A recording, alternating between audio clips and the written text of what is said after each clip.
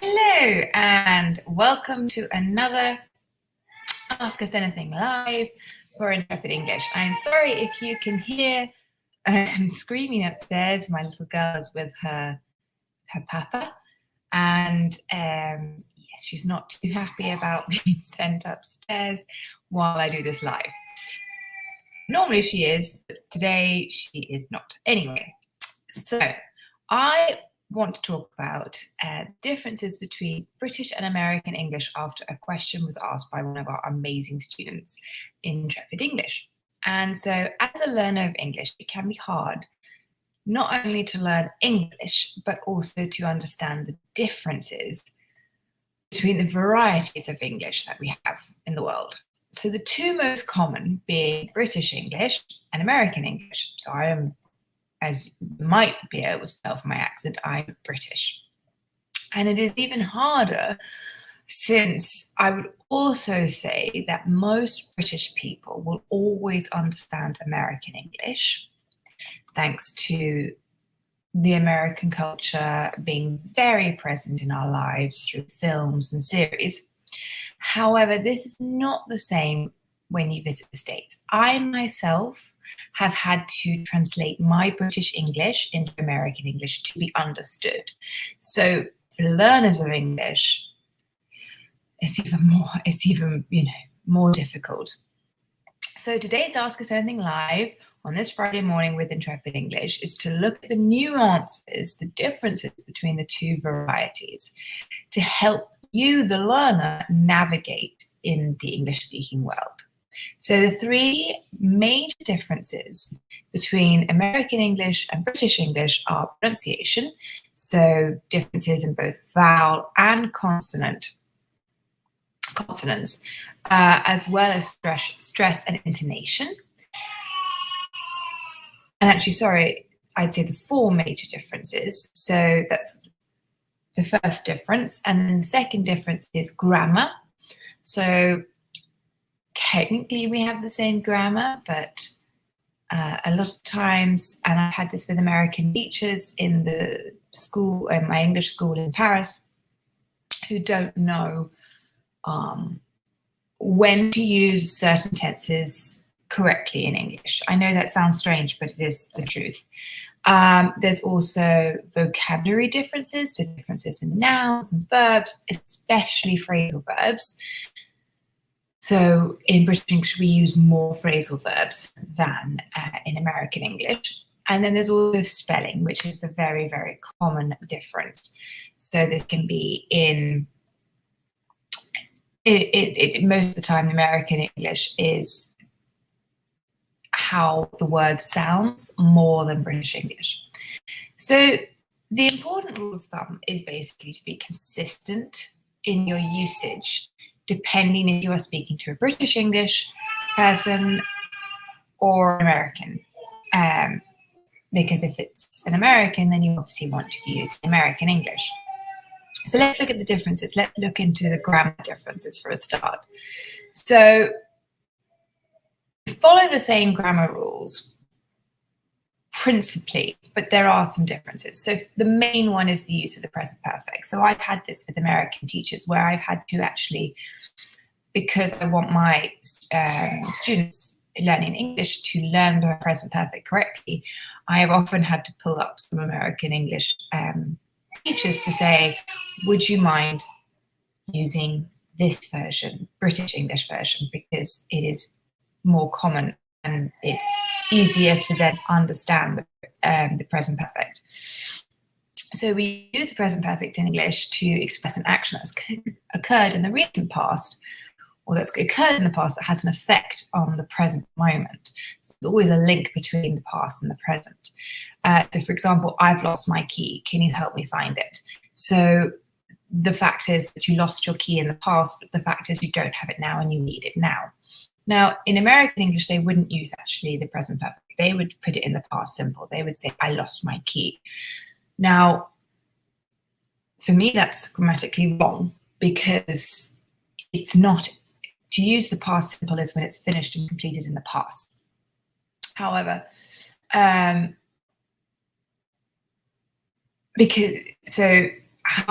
so if you say I lost my key, you're basically saying it doesn't matter anymore that you lost your key, but you got a new key, so everything is fine. So there's no problem now. That's the meaning with the past simple. Whereas when you say I've lost my key, you're saying there is still a problem now in the present. So for example, it's also when we use the present perfect with just, yet, and already. So I would say I've just had breakfast, or I've already seen that film. Have you finished your homework yet? In American English, they could use both. They would say I just had breakfast or I've just had breakfast. So they would use both. And again, me as a British person, it would be technically wrong to use the past simple in that situation. The other big grammar difference is to express possession. So in English, we have got. Now in the present simple, the past simple, it means the same. So do you have a car? Have you got a car? It's the same. So have got is not the present perfect. It is this the same expression to mean possession as have here. So he hasn't got any friends, he doesn't have any friends, is the same. However, I would say that in general, British English would use have got more than Americans, because Americans stay with just have. And I think it's just because it's simpler. But again, I wouldn't think that they would have a problem with understanding you. There's also another grammatical difference is the verb get. So in the past participle in American English is gotten, whereas in British English it's got. So for example, he's gotten much better at playing tennis. It would be American English, and he's got much better at playing tennis in British English. Now that truly, if you say either one, both languages except both languages, I mean both varieties except both, there really isn't much difference. It's just so that you know that gotten is not a mistake, it is just more American English. The other big difference is in vocabulary. So this is going to be quite a big part of this live, because there are quite a few differences. And again, I'd say that this is one of the big differences between the two varieties, and British English will often understand the American English vocabulary, but American English will rarely understand the British English words.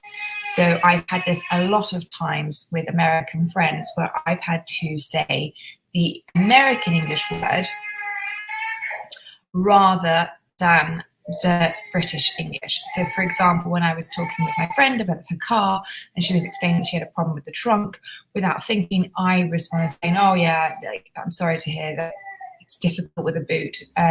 So I used the British English boot, whereas she was using the American English trunk.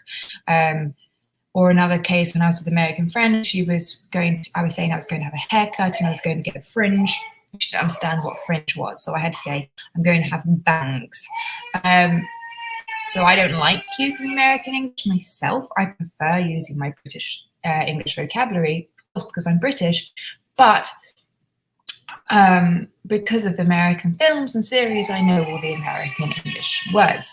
So let's look at a few together quickly. So for example, American will often say they're mad, and in British English we would say we're angry.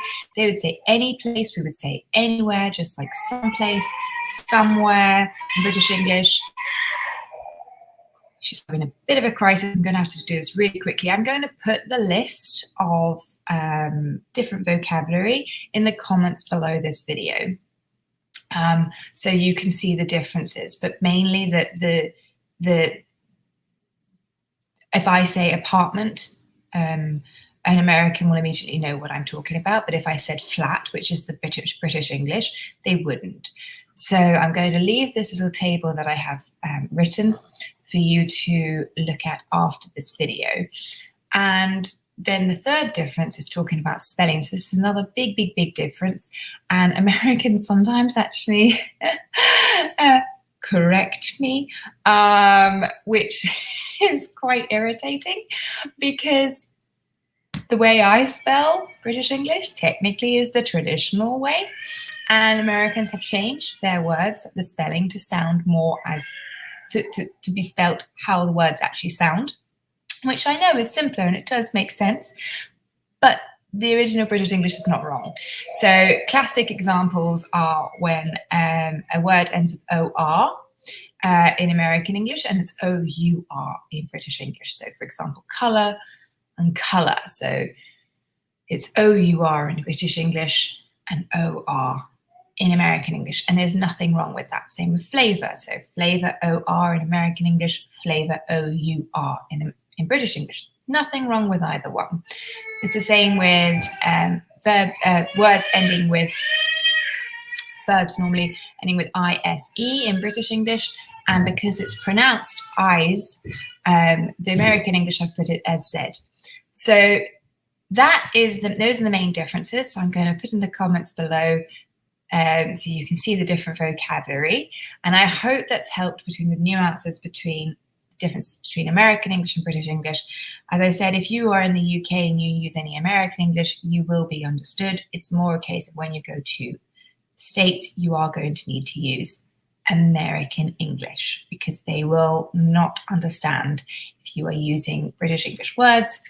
And if you spell in the British English way, then they will think you made a mistake. However, with grammar, they probably will just think you're incredibly intelligent.